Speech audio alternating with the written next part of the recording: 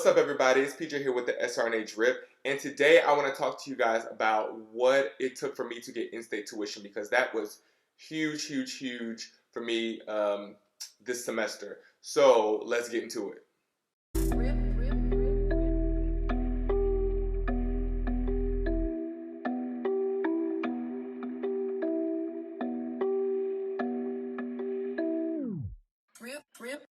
So first, let's talk about the difference in in-state versus out-of-state tuition, and it's just mind-boggling because, for out-of-state, I was due to pay $180,000 for the duration of the program, and for in-state, if you are fully in-state, it's $90,000 for the program.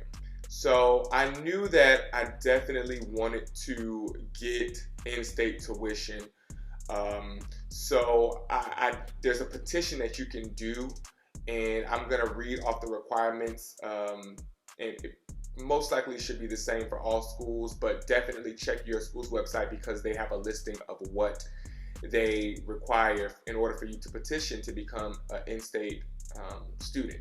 So first thing is that you must be at least 24 years old, which I think shouldn't be a problem for most grad students, but students who are under 24 are considered dependent, so you would have to do everything through a parent or a guardian anyway, so I didn't have that issue. Now there is a list of things that are accepted when the committee is looking at your application to approve you, to say, yes, you have fulfilled all the requirements to become an in-state student, or they may ask you for more documentation, or they may just, I guess, deny you for insufficient evidence that you are an in-state student. So my school required a signed statement of why you decided to move to Georgia, and I think this is a part of the form that you have to fill out as well, so I didn't have to write anything extra for this requirement. I just filled it out on the form.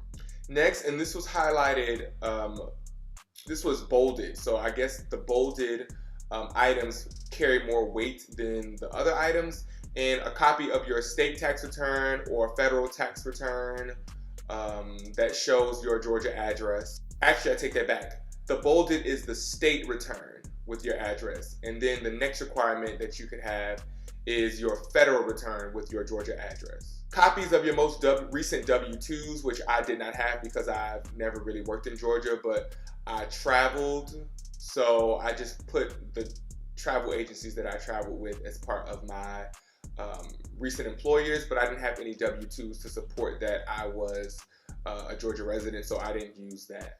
A signed statement of intent that you will file Georgia taxes in the next income tax year, and this is just a document that I literally typed up and signed to say that, should I work in Georgia, then I would file Georgia taxes, but I don't work currently. So, but if there was ever an opportunity where I would work, then yeah, I would file Georgia taxes. You could also have copies of your latest pay stubs, which I didn't have, so that was off the list. If you are currently working, you can get employee verification or have a letter sent in from your HR department, an official letter with their letterhead on it, etc., and contact information so that they could get in contact with your current employer to verify that you work there. A copy of your lease, that should be easy to get. A utility bill, that should be easy to get. A copy of homestead exemption documents for property that's owned in Georgia. I don't own any property in Georgia, so I didn't do that. Current copy of vehicle registration, that was bolded. I definitely had that, but I had to change my registration because my tags were California tags because I bought my car in California when I traveled, and they were good for a year. So luckily they were due to expire around the time that I submitted my petition. So I just went ahead and switched to Georgia tags and sent my registration in for that.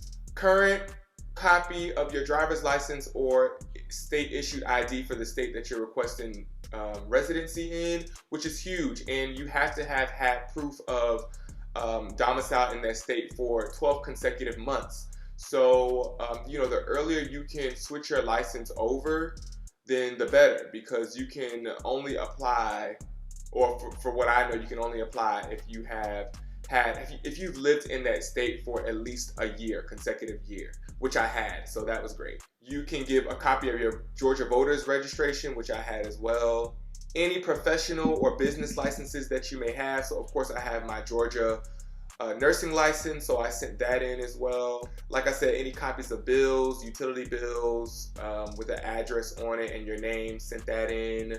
Also, you could send bank statements with your current address on there. And what I did was I sent bank statements dating back to over a year ago that still showed that I had a Georgia address on my bank statements, you know, for a year. So that's what I did. Documents showing that you receive social service benefits. So if you get food stamps from Georgia or anything like that, you can send that in as well. And any other document that kind of proves your, you know, that you belong in the U.S., and those things. And I'll actually put in copies of certain documents that I had in order to get approved for in-state tuition. So that'll be attached to this video, and you'll get to see kind of what I did. And I'll post this list as well to show you what you can do and how to look for certain things to increase your chances of getting approved for in-state tuition. So let's check that out. All of the documents that I included for my in-state tuition, and I made a folder that had all the documents that I submitted in order to get approved for in-state tuition. So this first document is the actual petition itself, and it's just a form that you would fill out. I actually filled it out on my iPad. You don't have to fill out all these spaces, but certain spaces you have to fill out depending on how you decide to petition for in-state tuition. So the first couple of pages just kind of tells you who's eligible for classification, in-state classification. And this is a University System of Georgia thing. This isn't just for my university. Just kind of give some definitions. This is what I was talking about between dependent student and the independent student. And then this is where I would mail it to and the deadlines. Now, here is the list of documents that can support your claim for in-state tuition. And what I did was I filled this out on my iPad, and I highlighted all the documents that I had on the form that I would actually turn in.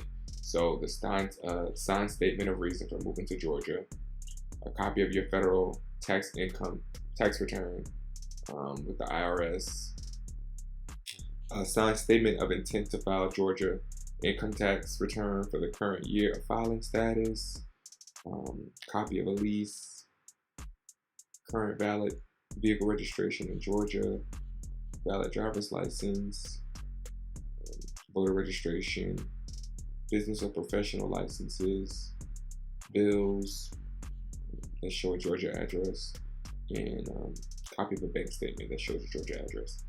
All the other stuff I didn't have, so I didn't highlight that.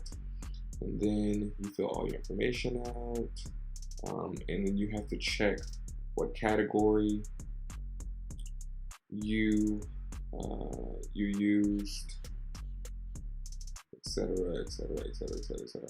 So you just fill all that out. So without opening the documents, because there's some have personal information like my tax return, I don't want to open that, but I have my tax return here, my federal tax return. So this letter of intent, this signed letter of intent, is something that you can actually make yourself. It's not like a legal document or anything. It's just a document that you're going to make and you're going to sign that states, this is what I put, address it to the registrar's office or whoever's going to approve your classification. Per request, this signed letter shall represent intent to file a Georgia income tax return for the current year and filing status. Sincerely, I would sign here. I signed it on my iPad, and then my information. So that's the letter of intent that they asked for. And then there's also a letter of reasoning that they asked for. Your reasoning for moving to Georgia. Same thing, per your request, blah, blah, blah, blah, blah. Economic advantage, cost of living in previous domicile, Washington, D.C. compared to Georgia. See attached overview. So what I did was, I said, hey, yeah, you know, it's much easier, much more affordable to live and thrive in Georgia than it is in Washington, D.C. So I attached a copy of the cost of livings between Washington, D.C. and Georgia. And, you know, that definitely worked in my favor. Also closer to family, older relatives who may need medical assistance. I'm a nurse, etc., etc. Sign, information, close that. These are documents that they asked for. So I just created documents and signed them.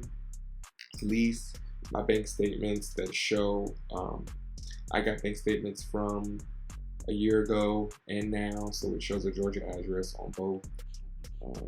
Those are just the PDF versions of these letters. Cost of living comparison, I literally just found that on the internet, and it showed the difference between the cost of living, and I just printed that out, or not printed out, I just attached it to the email. My auto insurance shows a Georgia address. My license, which shows my address, it shows an address that has, you know, that you for over 12 months. It shows an address on your license that has been over 12 months. I took a picture of my license plate just being extra. Copy of my Georgia RN license. This is just a PDF version. I think another one.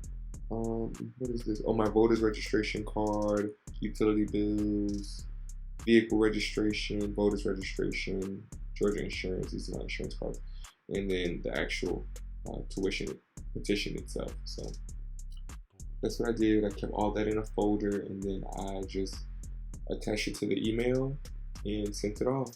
Now, with my school, they review petitions once a month, so just be careful of that. Your school may do it more often, but mine did it once a month. So I turned it in mid-July, and so the next time that they would have met was August. I think they met a little bit earlier than August, and because I think I got it on the 28th or 29th that I got accepted of July, so they met a little bit before August. So yeah, that's what I did, and hopefully that helps you guys out a bit. And with that being said, I'm out.